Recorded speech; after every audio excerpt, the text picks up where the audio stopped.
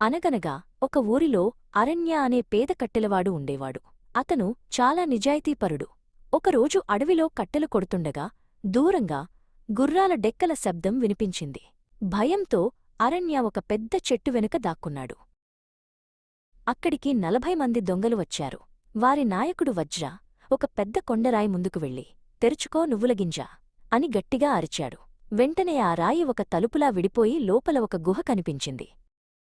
దొంగలందరూ లోపలికి వెళ్ళాక రాయి మూసుకుపోయింది. కొంతసేపటి తర్వాత వారు బయటకు వచ్చి, మూసుకో నువ్వులగింజ అని చెప్పి వెళ్ళిపోయారు. అరణ్య మెల్లగా బయటకు వచ్చి అదే మాటలు అన్నాడు. ఆశ్చర్యంగా ఆ గుహ తలుపు మళ్లీ తెరుచుకుంది. గుహ లోపల అరణ్య కళ్ళు చెదిరిపోయాయి. అక్కడ కుప్పలు కుప్పలుగా బంగారం, వెండి, వజ్రాలు ఉన్నాయి. అరణ్య అత్యాశపడకుండా తన చిన్న సంచిలో కొన్ని బంగారు నాణేలను మాత్రమే నింపుకుని ఇంటికి తిరిగి వెళ్ళాడు.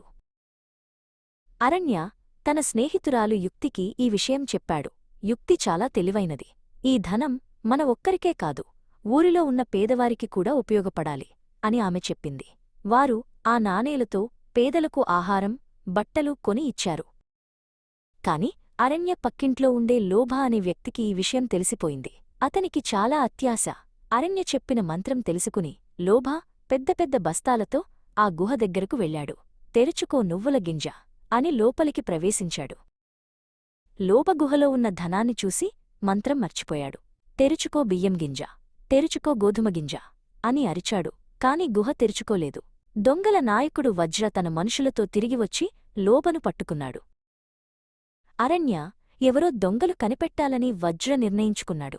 వజ్ర ఒక నూనె వ్యాపారిలా వేషం వేసుకుని 40 పెద్ద నూనె పీపాలను తీసుకుని అరణ్య ఇంటికి వచ్చాడు. ఆ పీపాల లోపల మిగిలిన దొంగలు దాక్కున్నారు. రాత్రివేళ యుక్తికి పీపాల లోపల నుండి గుసగుసలు వినిపించాయి. ఆమె వెంటనే పీపాల మూతలను గట్టిగా మూసివేసి వజ్రను పట్టుకోవడానికి సైనికులను పిలిచింది. యుక్తి తన తెలివితేటలతో దొంగలందరినీ బంధించింది. దొంగల నాయకుడు వజ్ర పారిపోవడానికి ప్రయత్నించగా సైనికులు అతన్ని పట్టుకున్నారు. రాజుగారు అరణ్య, యుక్తిల నిజాయితీని, తెలివితేటలను మెచ్చుకున్నారు. గుహలో ఉన్న ధనాన్ని ప్రజలందరి సంక్షేమం కోసం ఉపయోగించారు.